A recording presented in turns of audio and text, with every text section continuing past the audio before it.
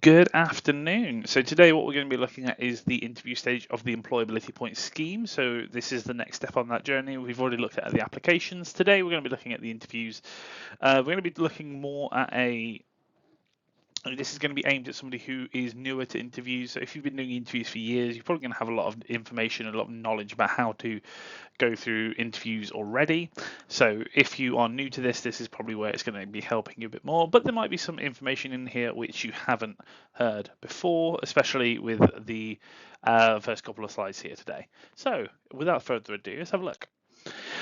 So confirmation of the interview, that is going to be happening next week at time of recording and when this is going to go live, which is the 29th of April. So any interviews we're going to be emailing out to students over the next week or so.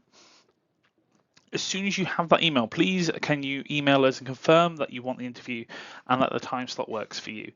It will either be a virtual interview or face-to-face. We can be a bit more flexible if you do prefer a virtual interview than face-to-face. Especially if you might be abroad or somewhere where you're not able to do that. Let us know, we can see what we can do to help.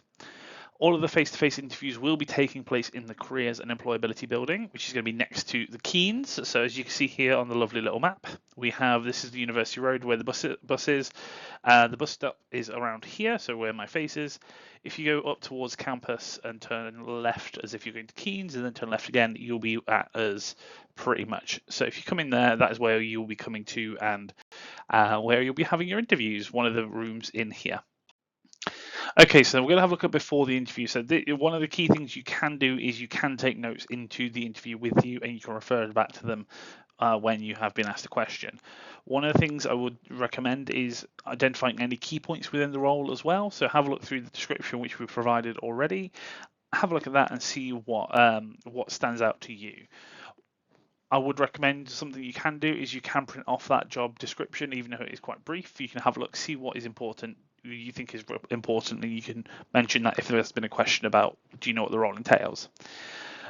This will then nicely come into the research you've done for the company. So if you have already done some research on the company, which you probably might have done for when you've applied for them, fantastic. You can use some of that already. So you might want to look at, for example, their values. You might want to look at any specific team you're going to be working with. So if there is a team, definitely want to try and do a little bit of research on that. It doesn't have to be extensive, just enough that you know what the company is and what the role entails. An example of where I've done this before is NHS roles. When I've applied for NHS jobs, I've had a look on their website, saw what the values are, and seen what the trust does, and then you take that into the interview as well. So one of the key things they might ask, for example, a values question. So asking you, do you know what the trust values are, or something similar which makes you know, it sound like you know what the values are. So that is something which is going to be quite important to look at. Okay then, so let's have a look at reasonable adjustments next. If you require any reasonable adjustment ahead of your interview, either whether it's to help you attend or just to help you throughout the interview itself, please let us know. Just email us at employabilitypoints@kent.ac.uk. And there will be a reasonable adjustment sessions before the interview themselves. So please check out the events page on Careers Hub. You can find out a bit more about that, and you can use that information before you do sit your interview. Additionally, with this, the Careers and Employability team will be putting on additional mock interview sessions ahead of the EP interviews in May. So, of course, you can book through the website. If you go to our website, we do have a link to the Careers and Employability page. Then you can book from there. Okay, so let's have a look at a couple of things to do with how to be on the day of the interview. So you want to ensure that you are at the venue early. I put 5-10 minutes here. You probably want to be about 15 minutes. It means that you'll be able to check in with the receptionist, let them know you're there. Take your time. So this is the really next big thing, is I would be taking your time just to keep yourself calm before going into interviews. We know that they are quite nerve-wracking. I've been through lots, and I understand each time I am still quite nervous. So just having that time to keep yourself calm, going over your notes, relieving yourself, anything which you need to do, even if it's getting yourself a glass of water or having a drink of water before you go in, fantastic, really good idea to do. We do know that, of course, there might be issues.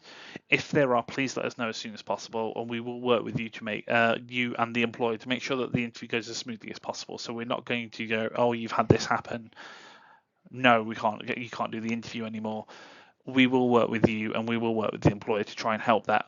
That being said, do not no-show. People within an industry will talk. So I'm initially from teaching, and I do know that different schools will talk about what's happened about an employer or an employee, sorry. So they'll know if something was really negative about somebody. So don't just no show. What you'll be able to do is, if you're not able to make it, please let us know, or try to let us know as early as you can, so we can then free up those time slots. Okay, then. So then this is going to be looking at during the interview itself. Then next, so what we want to be doing is we want to be greeting the interviewer. So this could be shaking hands, it could be saying hello. Don't just walk in and sit down. Basically, say hello, nice to meet you, etc. The next one is always going to be quite an interesting one. Try to remain as calm throughout as you can. I also recognise, of course, it is quite an anxiety-inducing experience. All interviews are, but the interviewers do want you to be successful as well, so they're not going to be out to get you. They're literally just going to be, they also want to be helping you throughout it. The amount of interviews I've been in where I've been anxious, and a member of the person who's interviewing me has been like, it's okay, don't worry. I'm naturally anxious. It's something that is going to be difficult to do anyway. The next thing is be prepared for questions about what you have done to earn the points. So if, let's say, for example, you have volunteered, they might go, okay, so tell me an occasion where you have volunteered. Tell me about this occasion, for example. So they might give a few questions around that. Just be prepared for that. Same as if what you've put in your application, they might ask you about as well. If you are stuck on a question which you've been asked, you can ask for clarification. The amount of times where I've had a question which is in two parts, and then I've answered the one part very, very well and completely forgot the second part, has happened multiple times. So you can then ask, just so you're answering the full question entirely. And that brings us quite nicely to the next one. Take your time to process the question before you answer. If need be, and this is a common thing which I've done, is while I've been thinking, I've had a drink of water or I've had a moment to just have a think.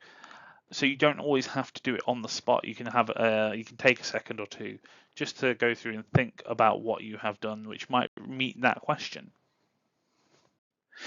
Okay, so just a few more bits, and then it's more towards the ending of the interview. So make sure you're answering the question and use examples where possible.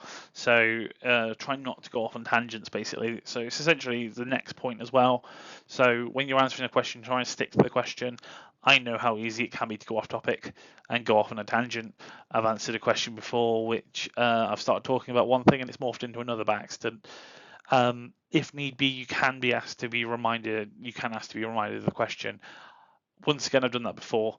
It's when you start off with one thing, go on to the next, and it's a multiple or longer question. It's something which can happen.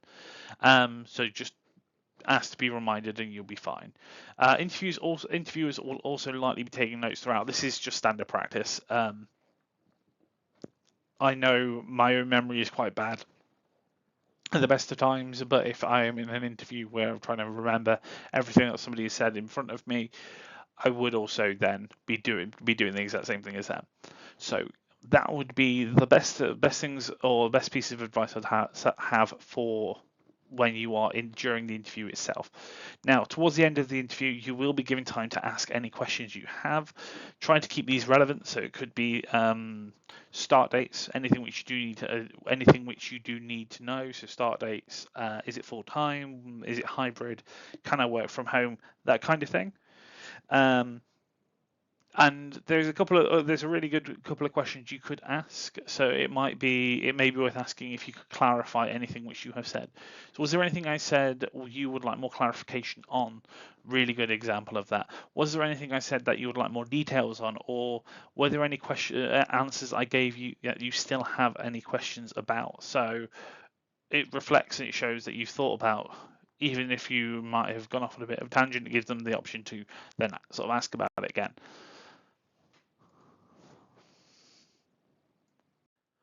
Okay, so all of that's gone through. We've done the interview.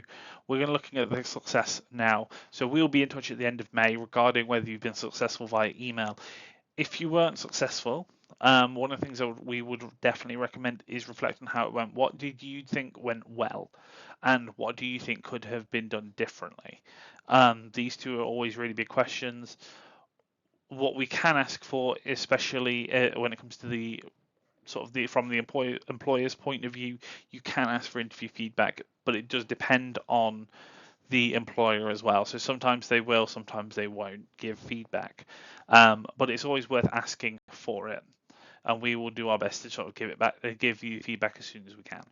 Additionally, you can also book a quick advice appointment with the Careers and Employability Service, and they can help you with the next steps.